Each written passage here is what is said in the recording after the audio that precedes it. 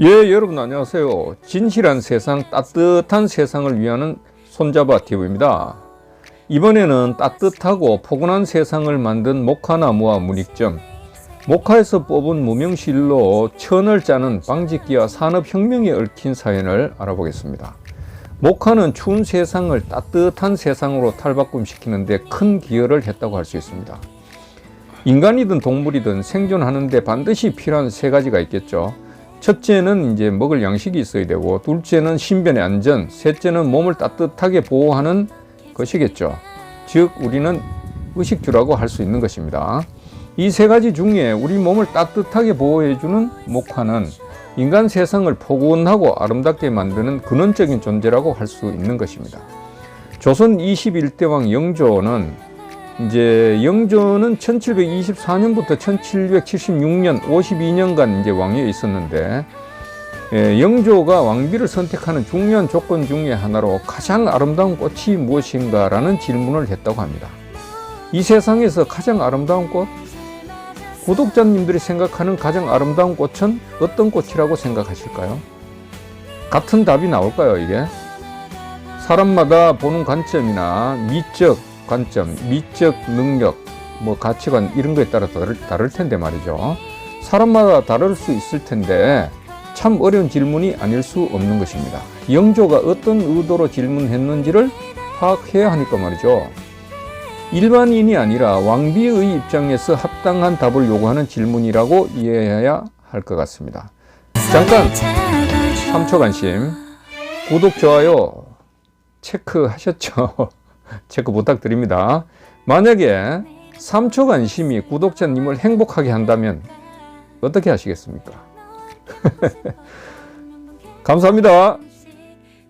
아름다운 꽃이 뭐냐? 아름다운 꽃이라면 장미, 모란, 난, 무궁화도 아름답죠. 다 아름다운 꽃이겠죠. 아름답지 않은 꽃이 어디 있나요? 이때 영조 나이가 66세였고 정순왕 후 김씨 나이는 15세였습니다. 15세를 뒤집으면 51세가 되는데 왕과 왕비의 나이 차이가 51세였습니다. 정순왕 후 김씨가 말하는 가장 아름다운 꽃이란 맑고 깨끗하면서도 백성을 따뜻하게 하는 목화꽃이라고 답을 했다고 합니다. 일반인과는 다른 왕비다운 말이라고 할 수 있겠죠. 논리적인 설명이 아주 정답에 가깝습니다. 그죠? 목화꽃을 지금은 자주 볼 수 없지만 제가 어릴 때는 목화밭이 많았습니다. 제가 이제 농촌 출신이고 해서 저희 집에도 목화밭이 있었습니다. 목화꽃은 특이한 꽃이 아닌가 싶어요. 목화꽃은 아침에 피었다가 저녁에 질 정도로 하루살이 꽃의 특성을 가지고 있습니다. 7, 8월의 하루를 기간으로 새로운 꽃이 피고 지고 하는 것이죠. 무궁화 꽃과도 이제 아침에 피었다가 저녁에 지는 특성을 가지고 있죠. 그리고 이제 목화꽃은 아침에 필 때는 색깔이 흰색이에요. 이게 흰색으로 피었다가 점점 이제 붉은색으로 바뀝니다. 그래가지고 저녁 무렵 꽃이 질 때는 연붉은색으로 돼가지고 떨어진단 말이에요. 그러니까 이거는 완전히 요술쟁입니다. 요술쟁이. 목화는 삼국시대부터 재배되어 왔다고 하지만은 목화 재배가 확산되고 보급된 것은 14세기 문익점이 중국 원나라에 사신으로 갔다가, 이때 이제 문익점이 간 거는 고려시대입니다. 고려 때예요. 원나라에 갔다가 목화 씨앗 몇 개를 가지고 온 이후라고 할 수 있습니다. 조선 21대왕 영조는 조선인 옷차림이 찬란히 새로워진 것은 문익점이 목화씨를 원나라에서 가져왔기 때문에 그 공덕이 큰 사람이라고 한 것에서도 알 수 있는 것입니다. 또 조선은 1678년 숙종 4년 전까지 목화로 만든 무명천을 기축통화로 사용했다고 해요. 그러니까 이후에는 이제 상평통보라는 이제 엽전을 사용했는데, 그래서 기축통화라고 하면은 기준이 되는 화폐 단위로 경제활동과 금융거래 등 일상생활에 반드시 필요한 화폐 아닙니까? 지금 국제단위 기축통화는 달러와 금이죠. 기축통화가 부족하면은 나라 경제가 파탄에 빠지고 이 여파로 기업도 개인도 고통에 시달리게 됩니다. 대한민국도 1997년 김영삼 정권 때 안타깝게도 기축통화인 달러 부족으로 소위 IMF 구제 금융을 받았죠. 이로 인해 온 나라 경제가 엉망진창이 된 거 아닙니까? 은행 이자가 30%까지 솟았고 경제 여건 악화로 많은 기업이 무너졌고 개인은 직장을 잃었고 신용불량자로 전락하는 등 국가와 국민들의 고통이 엄청났습니다. 이때를 경험한 분들은 다 아는 것입니다. IMF 위기를 극복하기 위해 국민들은 금모기 운동을 했죠. 저도 이제 금모기 운동에 참여했는데 이러고 보면 기축통화는 사람이 살아가는데 생명줄과 같은 기능을 한다고 할 수 있겠어요. 조선이 기축통화로 사용한 무명천의 품질은 5승포를 기준으로 하였는데 1승은 실 80가닥이니까 이제 5승이라고 하면은 400가닥의 천이라고 할 수 있겠죠. 5승포는 주로 가치가 있는 물품의 통화로 이제 사용되었고 가치가 낮은 물품의 통화로는 2승포가 사용될 정도로 목화의 유용성이 컸다고 합니다.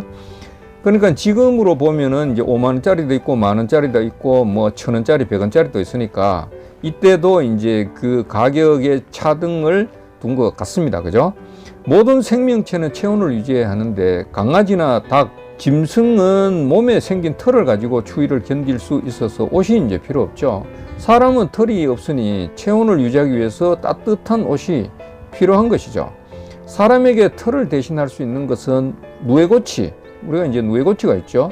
그리고 이제 동물의 털, 그리고 가죽, 뭐 이런 것들이 있고, 그 다음에 식물 중에는 목화솜, 그 다음에 삼배.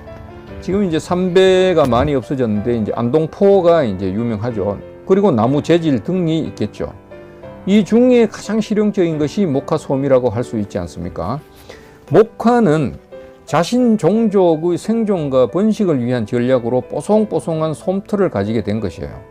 목화가 이제 생존하기 위한 전략으로 솜털을 가진 것입니다. 그래서 인류가 이 솜털을 활용한 것이 이름 모를 천, 이름 모를 천이라 해서 이제 무명천, 이것을 우리가 이용하는 것입니다.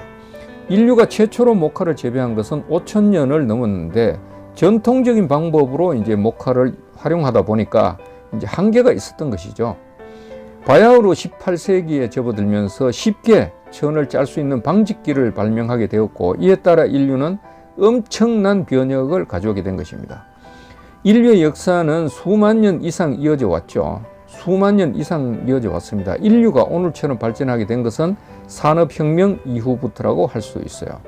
일례로 15세기와 21세기의 인구와 경제력을 비교해 보면은 인구는 약 5억 명에서 이제 80억 명으로 16배 늘어났고 전 세계 부가가치 총생산은 약 0.25조 달러에서 103조 달러, 약 100조 달러를 넘는 수준으로 그래서 이제 400배 이상 증가하게 된 것입니다.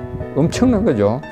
즉 인류가 수만 년 동안 이룩한 경제력은 0.25조 달러라고 할 수 있고 600년 동안 이룩한 경제력은 100조 달러 이상이라고 할 수 있는 거죠.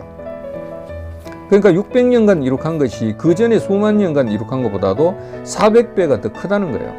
이 가운데 산업혁명 이후에 이룩한 결과는 더욱 더 큰 비중을 차지한다는 것입니다. 1760년이 이제 산업혁명의 기준 연도로 삼으니까 1760년 전후 영국에서 일어난 산업혁명은 사람의 힘, 동물의 힘, 자연의 힘을 이용하던 것에서 동력을 이용하여 기계를 작동한 것이 산업혁명입니다. 그러니까 이제 우리가 쉽게 볼 수 있는 게 상수도 말고 촌이나 시골에 가면은 이제 수도 펌프가 있습니다. 하수 그 물을 자사 올리는 거. 그 펌프가 이제 아래 위로 상하 운동을 하는 거죠. 그래서 이 상하 운동을 하면서 회전 운동으로 바꾼 것이 말하자면 동력이에요. 우리 자동차도 마찬가지입니다. 엔진이 보면은 직선 운동을 회전 운동으로 바꿔버려요. 그래서 타이어가 이제 굴러가는 거죠. 이것이 이제 산업혁명의 원리입니다, 이게. 그래서 산업혁명으로 기계 장비를 통해 가지고 더 많은 제품을 더 쉽고 빠르게 그리고 더 많이 생산할 수 있게 된 것이 산업혁명이에요. 이로 인해 가지고 이제 부가가치가 급속히 증가하게 되는 등 인간 삶에 큰 변화와 발전을 가져오게 된 것입니다. 기계 동력을 사용한 것이 산업혁명을 가져왔는데 이 기계 동력의 원동력으로 작용한 것이 1733년 존 케이가 발명한 방직기 플라잉 셔틀이라는 방직기라고 할 수 있는 거예요. 즉 배를 짜는 방직기가 인류 발전의 혁명의 원동력으로 작용한 것입니다. 그러니까 이거는 이제 사람이 살아가는데 그 따뜻하게 체온을 유지하고 하는 것이 그만큼 절실했다는 거예요. 그래서 어떤 그런 동기에서 혁명이 일어난 것입니다. 이 당시 우리나라에는 전통적인 방식인 물레와 배틀을 사용했죠. 이 물레와 배틀은 신라시대부터 이어져 왔다고 하는데, 만약에 조선에서 방직기를 만들어 사용했다면 조선이 산업혁명을 선도할 수도 있지 않았을까요?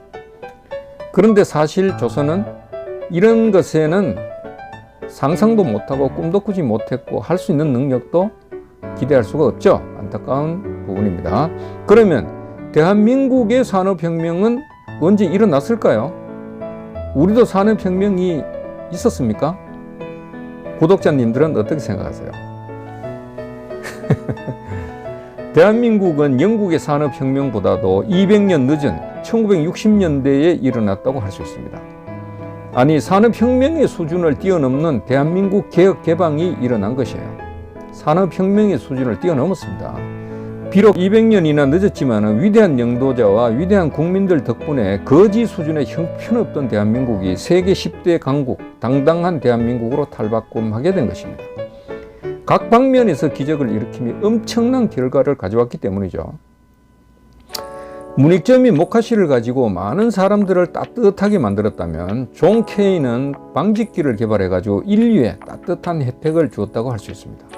그리고 박정희는 대한민국 혁명으로 국민에게 풍요라는 보물을 안겨주었다고 할 수 있는 거죠. 위대한 사람이라 많은 사람들에게 이로움을 주는 것 아닙니까? 위대한 독재자가 위대한 사람이 될 수 있나요? 더 많은 사람에게 이로움을 주었다면 더 위대한 사람이 되는 것이죠. 중국의 덩샤오핑이 있죠. 중국의 덩샤오핑, 등소평. 덩샤오핑이 흑묘, 백묘를 강조했습니다. 이 말은 검은 고양이든 흰 고양이든 따지지 말고 쥐만 잘 잡으면 되는 거 아니냐. 그러니까 쥐. 고양이가 이제 쥐를 잘 잡는 거예요. 쥐가 먹이니까. 즉 공산주의든 독재자든 민주주의자든 국민들 배불리 풍요롭게 하는 것이 최고란 것이에요. 인간에게 가장 중요한 게 먹거리입니다. 그죠? 그래서 우리가 일상생활에서도 밥 한 끼 먹자. 그래서 인사할 때도 식사했냐고 묻고 하는 거 아닙니까? 그러면 이제 날씨가 춥죠. 그래서 추운 겨울에는 포근한 옷으로 몸을 따뜻하게 하는 것이 최고가 되겠죠? 우리 일상에는 여유로운 마음으로 행복을 담아보는 것이 최고일 것입니다. 그래서 구독자님들은 이번 겨울에 따뜻하고 행복을 담는 그런 겨울이 되길 바랍니다. 구독자 여러분들의 손잡아TV 구독과 좋아요 관심에 감사드립니다. 오늘은 여기까지입니다. 구독자 여러분 감사합니다.